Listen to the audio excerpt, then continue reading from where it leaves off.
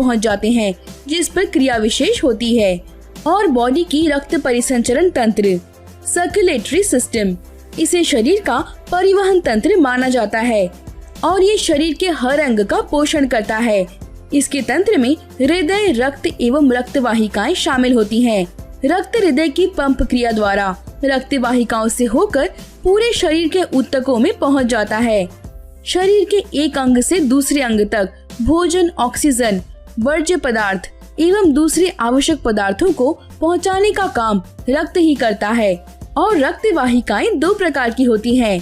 धमनियां, arteries. धमनियां हृदय से ऊतकों तक शुद्ध रक्त ऑक्सीजन सहित पहुंचाती हैं। शिराएं, वेन्स। शिराएं ऊतकों से हृदय तक अशुद्ध रक्त को ऑक्सीजन सहित पहुंचाती हैं। लसिका तंत्र, लिम्फेटिक सिस्टम। इस तंत्र में लसिका, लिम्फ, लसिका वाहिनियां, लिम्फ वेसल्स एवं लसिका ग्रंथि, लिम्फ नोड्स तथा दूसरे लसिका ऊतक, प्लीहा, स्प्लीन, टॉन्सिल्स एवं थाइमस ग्रंथि शामिल होते हैं। ये तंत्र भी रक्त परिसंचरण तंत्र की तरह ही होता है तथा दोनों का आपस में मजबूत संबंध होता है। लसिका तंत्र इम्यून सिस्टम का एक भाग होता है। और हमारा श्वसन तंत्र, रेस्पिरेटरी सिस्टम, ये तंत्र शरीर और वायुमंडल के बीच ऑक्सीजन एवं कार्बन डाइऑक्साइड गैसों को लेने और छोड़ने का काम करता है। इस तंत्र में अनेक वायु मार्ग, नासिका गुहा, नेसल कैविटी, नासिका, नोज, स्वर यंत्र, लैरिंक्स, ग्रसनी, फेरिंक्स, श्वास नलियां, ब्रोंकस, श्वास प्रणाली, ट्रैकिया, श्वास नलिकाएं, ब्रोंक्यूलस, फेफड़े, लंग्स, फुफ्फुस आवरण, प्लूरा, अंतराल पशु की पेशियां, इंटरकोस्टल्स मसल्स तथा डायफ्राम शामिल होते हैं। हमारा पाचन तंत्र, डाइजेस्टिव सिस्टम, ये तंत्र भोजन के पाचन और अवशोषण तथा अनावश्यक पदार्थों को शरीर से बाहर निकालने का काम करता है। इस तंत्र में मुख, माउथ, ग्रसनी, फेरिंक्स, ग्रास नली, ओसोफेगस, आमाशय, स्टमक, छोटी आंत, बड़ी आंत, मलाशय, रेक्टम एवं गुदा, एनस तथा विभिन्न सहायक अंग, एक्सेसरी ऑर्गन्स, दांत, जीभ, 3 जोड़ी लार ग्रंथियां, सलाइवरी ग्लैंड्स, अग्नाशय, पैंक्रियाज, जिगर, लिवर, पित्ताशय, गॉल ब्लैडर और पित्तनली, बाइल डक्ट शामिल होते हैं। पाचन तंत्र बहुत से भागों में मिलकर बना एक तंत्र है, जिसमें हर भाग अपना विशेष कार्य करता है। और हमारा मूत्रीय संस्थान, यूरिनरी सिस्टम, ये शरीर का मुख्य उत्सर्जन तंत्र यानी एक्सक्रेटरी सिस्टम है।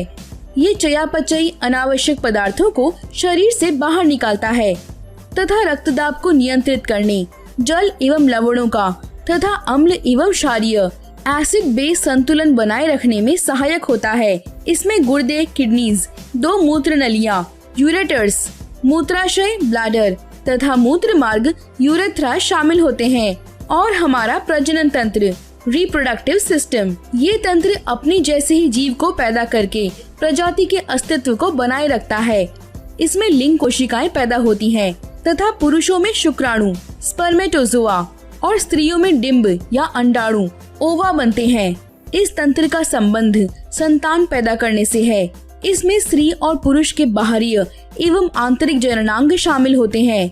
और हमारा समस्थिति, होम्योस्टेसिस, जब शरीर रचना एवं क्रिया में सही तरह का तालमेल होता है तो शरीर के आंतरिक अंगों में अपेक्षित स्थिरता बनी रहती है, जिसे हम समस्थिति, होम्योस्टेसिस कहते हैं।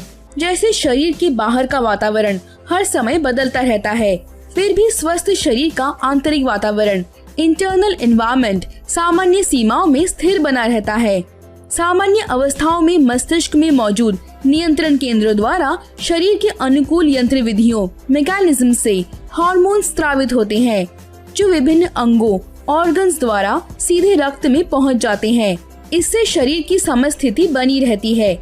कुछ कार्य जैसे रक्तदाब, ब्लड प्रेशर, शरीर का तापमान, श्वास प्रश्वास, सांस लेना और छोड़ना तथा हृदय की गति होम्योस्टैटिक मैकेनिज्म द्वारा नियंत्रित होते हैं। शरीर को स्वस्थ बनाए रखने के लिए रासायनिक संतुलन, केमिकल बैलेंस या हार्मोनल संतुलन इसकी कोशिकाओं के अंदर तथा बाहर सावधानी पूर्वक स्थिर बना रहना चाहिए। इस संतुलन के लिए कोशिकाओं के बाहर के द्रव्य एक्स्ट्रा सेल्यूलर फ्लूइड का संगठन कॉम्पोजिशन सही तरह से स्थिर बना रहना चाहिए। बाह्य कोशिका द्रव्य पूरे शरीर में परिसंचरित होता है तथा अनेक पदार्थ इस द्रव्य के जरिए से कोशिकाओं के अंदर एवं बाहर चले जाते हैं। इस प्रकार ये द्रव्य शरीर के तंत्रों, बॉडी सिस्टम्स के तापमान एवं दबाव स्तरों को स्थिर रखता है।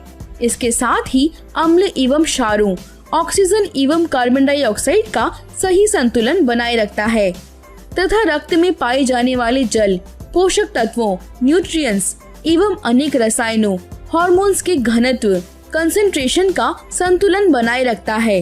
व्यावहारिक रूप से शरीर में होने वाली सारी प्रक्रियाएं समस्थिति का निर्वाह करने में मदद करती हैं। उदाहरण, गुर्दे यानी किडनीज रक्त को छानकर साफ करने का काम करते हैं तथा नियमन यानी रेगुलेट हुए जल एवं अनावश्यक पदार्थों को सावधानी पूर्वक निकाल देते हैं।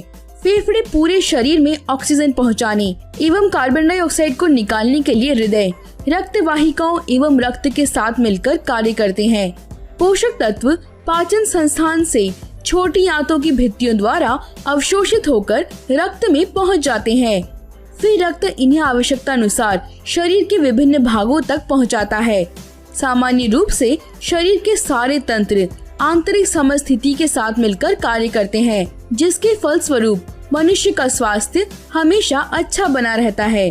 समस्थिति की पूरी नियमन प्रक्रिया, रेगुलेशन प्रोसेस, तंत्रिका एवं हार्मोनल संस्थानों के संवेदनशील तंत्र के प्रत्यक्ष अथवा अप्रत्यक्ष नियंत्रण के अलावा अनेक अंगों, ऑर्गन्स एवं ऊतकों की समन्वित फीडबैक क्रिया द्वारा संभव होती है।